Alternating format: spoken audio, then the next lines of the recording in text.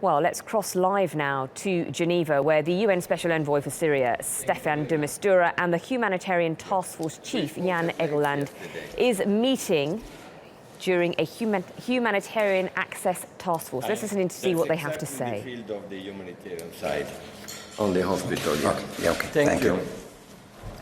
Thank you very much, Staffan. As a humanitarian worker and as chair of this task force of the ISSG on humanitarian access, I could not in any way express how high the stakes are for the next hours and days. The stakes are so incredibly high because so many civilian lives are at stake, so many humanitarian health workers and relief workers are being bombed, killed, maimed at the moment, that the whole lifeline to millions of people is now also at stake. We did today at the task force review progress since the Munich meeting this year up until April. For the first time, we could see that more than 50% of the people in the besieged areas had been reached once or numerous times since the beginning of the year. 52%, altogether 255,000 people in the besieged areas alone have been reached. Compared to the last 4 months of last year, where we reached 3%, hardly anybody in all of the besieged areas, 10,000 people were reached in the last 4 months of last year.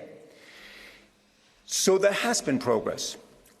All of that may now be lost if the war continues as it is now, if the fighting and the violence and the bombardment of civilians, of health workers, of hospitals, of relief workers continue. The vaccination effort for 2 million children that is ongoing and has been successful so far will also be at stake.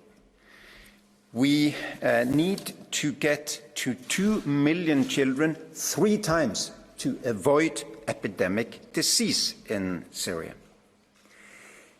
The May plan that was submitted a week ago to the Syrian government, we are expecting an answer back today on clearances and permits to go to the 35 places that we've asked to reach.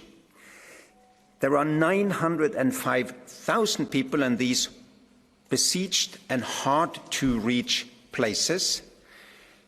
May could still be our best month. It could be the month where we reached a higher number than in any previous month, but it could also be a catastrophic month.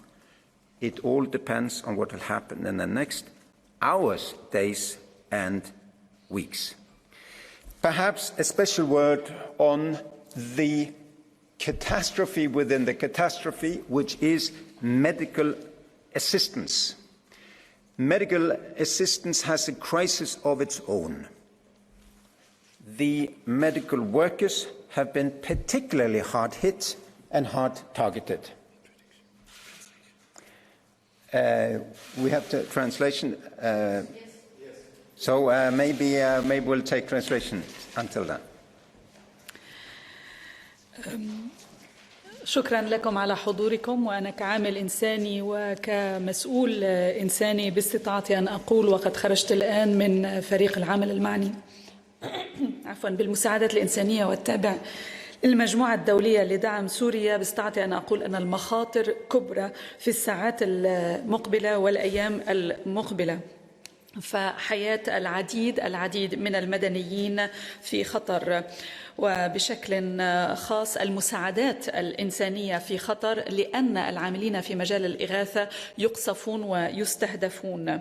وقد راجع فريق العمل المعني بالشأن الإنساني للتو التقدم المحرز منذ اجتماع ميونخ وحتى هذا الشهر نيسان أبريل.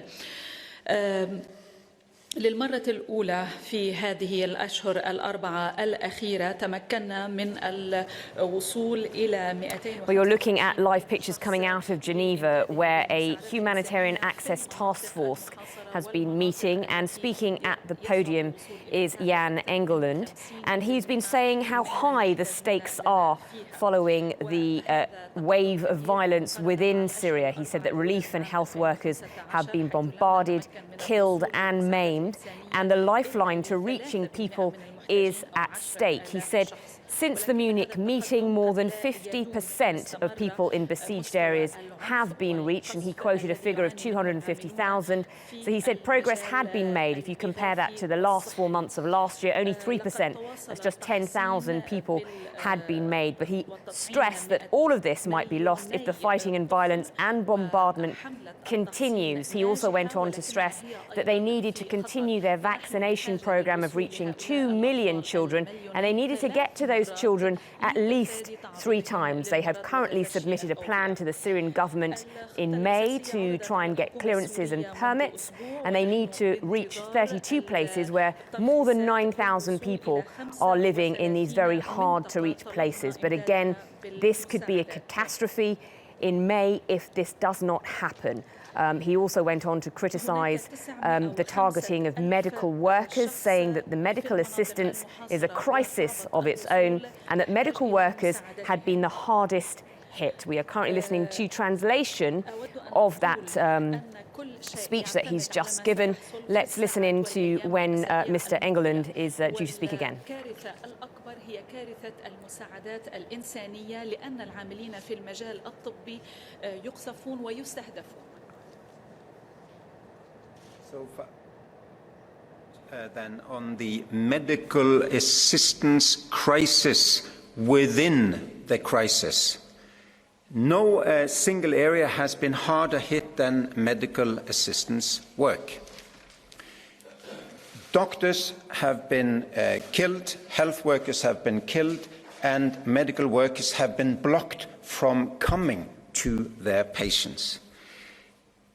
Still, medical supplies are taken off convoys, and it's not just the famous surgical and trauma care kits, even basic health kits, anesthetics, mental health medicines, scissors from midwives' kits, vitamins have been taken off.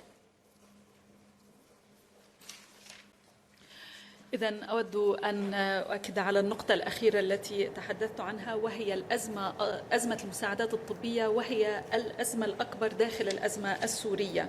فالأطباء يقتلون، والعاملون الصحيون أيضا، والعاملون الطبيون يمنعون من الوصول إلى المرضى والجرحى، كما أن الإمدادات الطبية الموجودة في القوافل المخصصة للمساعدات تخرج من هذه القوافل. This is a live event coming out of Geneva where Jan Egeland is talking about the medical care and medical workers who've been affected by the war in Syria and how difficult it has been to reach people in besieged areas, saying that unless the violence stops, this lifeline to people could also be at stake. We will bring you more on this story as it develops here on TRT World.